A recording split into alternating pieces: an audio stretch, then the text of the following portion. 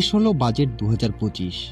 আজকের ভারতীয় বাজেটে অর্থমন্ত্রী নির্মলা সীতারামন বেশ কিছু উল্লেখযোগ্য ঘোষণা করেছেন, যা দেশের অর্থনীতি ও সাধারণ মানুষের উপর প্রভাব ফেলবে।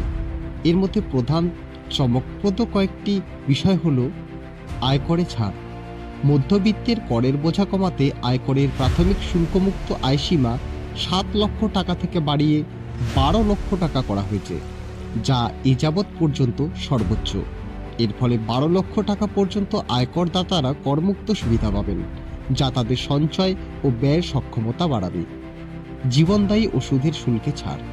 ক্যান্সার সহ 36টি জীবনদায়ী ওষুধে সম্পূর্ণ শুল্ক ছাড় এবং আরও 6টি অতিরিক্ত গুরুত্বপূর্ণ ওষুধে 5% শুল্ক হ্রাস করা হয়েছে।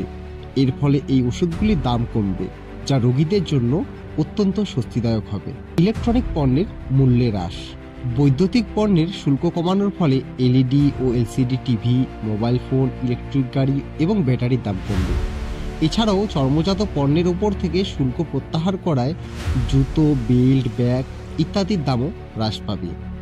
কৃষি ও কৃষক কল্যাণ। কৃষিক্ষেত্রে উন্নতি সাধনের জন্য 110 কোটি কৃষকের জন্য উচ্চ ফলনশীল ফসল কর্মসূচি এবং কৃষি ঋণের সীমা বৃদ্ধি করা হয়েছে। এছাড়া গিগ অর্থনীতির কর্মীদের স্বাস্থ্যসেবা ও কল্যাণমূলক উদ্যোগে অন্তর্ভুক্ত করার পরিকল্পনা নেওয়া হয়েছে। নবায়নযোগ্য জ্বালানি ও পরিকাঠামোতে উন্নয়ন। নবায়নযোগ্য জ্বালানি উৎপাদনে জোর দিয়ে 2047 সালের মধ্যে 100 গিগাওয়াট পারমাণবিক শক্তি উৎপাদনের লক্ষ্যে নিউক্লিয়ার এনার্জি মিশন ঘোষণা করা হয়েছে।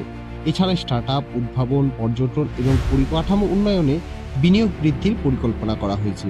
এই বাজেটের মাধ্যমে সরকার অর্থনৈতিক প্রবৃদ্ধি ত্বরান্বিত করা, মধ্যবিত্তের করের বোঝা কমানো এবং বিভিন্ন ক্ষেত্রে উন্নয়ন সাধনের উপর গুরুত্ব আরোপ করেছে।